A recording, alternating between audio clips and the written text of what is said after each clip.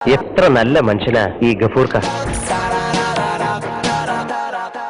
അപ്പോൾ ഞാൻ പറഞ്ഞു വരുന്നത്, കൊളോണിയൽ സംസ്കാരത്തിന്റെ ഭാഗമായി ലോകത്ത് രൂപം കൊണ്ട ചരിത്രപരമായ ധിക്കാരത്തിന്റെ ഫലമാണ് ഇവിടുത്തെ സംഭവ വികാസങ്ങൾ എന്നാണ്.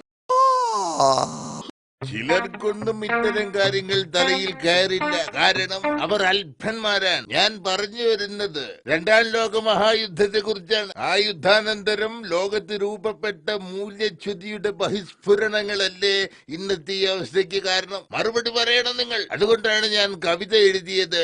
ഹൃദയ പുഷ്പങ്ങൾ തൻ നിലവിളി കേൾക്കയോ, ശിഷ്ടനഷ്ടങ്ങൾ കഷ്ടിയായോ. കഷ്ടം. കലാരംഗത്ത് എന്താണ് സംഭവിക്കുന്നത്? മറുപടി പറയണം നിങ്ങൾ. കുതികാല് വെട്ടും പാര വെക്കും. പച്ചക്കറിക്ക് ഇപ്പൊ വില കയറിയില്ലേ?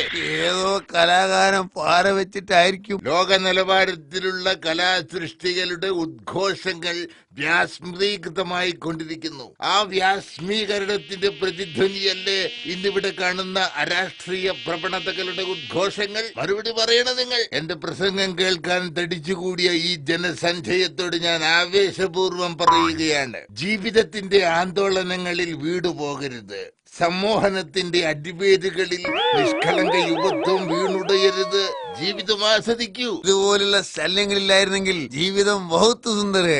ചേടാ, ആൾക്കാര് കംപ്ലീറ്റ് പോയിട്ട് ഇയാള് നിർത്തണില്ലല്ലോ. അപ്പോൾ ഞാൻ പറഞ്ഞു വന്നത് ജീവിതം അറിയുവാനും ആസ്വദിക്കുവാനും ഉള്ളതാണ് എന്നാണ്. എന്തു വന്നാലും എനിക്ക് ആസ്വദിക്കണം, മുന്തിരിച്ചാറ് പോലുള്ളൊരു ജീവിതം എന്ന് പാടിയതാരാണ്?